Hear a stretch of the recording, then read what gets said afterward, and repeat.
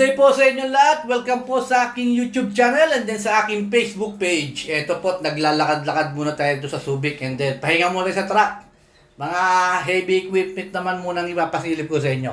Medyo dadaanan lang natin ng konti. Medyo hindi tayo pang Hindi tayo pang mga heavy equipment. Ito po, mga pison dito sa Subic. Pison, forklift, bako. Ay marami po kasi sila rito. May grader pa po. Ayan po. May mga crawler crane, may mga kung ano-ano pa pong mga pang heavy equipment na gamit po dito sa Subic at yung mga construction company dyan. Ito po, baka kailangan nyo yung mga ganito. Mga forklift, ayan, may maliit na forklift, may bako. Ay, din, gala-gala lang muna po tayo ito sa may yalda po na ito, ha. Medyo yung dealer po nito, medyo masungit, ha. Medyo hindi tayo gano'ng entertain, ha. Kaya po hindi natin nalaman yung presyo nitong mga to, ha. Ayan po, kita nyo naman, dami pong bako dito, ha. And then kaliwat kanan, merong maliliit, may mga 1/2 bucket size. And then meron naman sa kabila naman mga 3/4 bucket size, ha. Alam nyo naman sa Subic, maraming halos lahat ng mga pang heavy equipment, truck, at dito mabibili, ha. And then ayan po, kita nyo naman, meron pa rin sila may nakita rin po pala ako dito ng mga long arm na bako.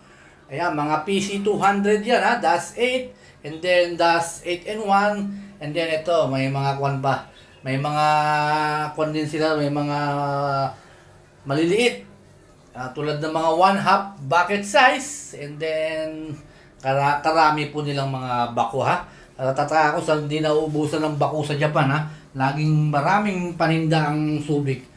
Kita nyo naman, medyo pag napadalaw tayo sa mga yarda, sa mga dealer, medyo hirap lang tayo magtatanong ng mga presyo nito. Minsan ang gusto na nila is kailangan na andrito rin mamimili.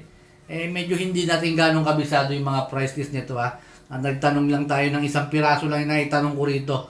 Yun lang kasi yung pinahanap sa akin ng ating subscriber, pero yung iba hindi ko na ganon tinanong. Pero dati po, kabisado ko yung presyo dati nito, last 2 years bago pa, ha.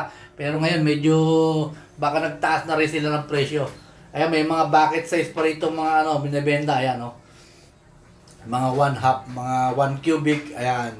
And then, ang pinunta lang po natin dito, ito po yung nasa labas, yung wheel type bako na Hitachi, ayun, ito po yung pinuntahan po natin dito na sabi ng subscriber natin, patingin, medyo ito pinasilip ko. Parang hindi naman niya nagustuhan, kaya medyo hindi na siya nag-reply ulit sa akin.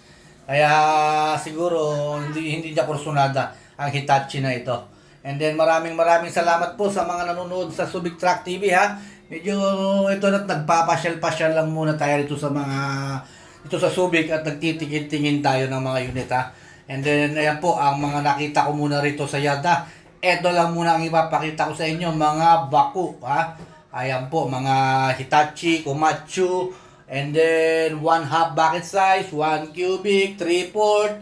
Ayan po yung mga available nilang bako. Salamat po.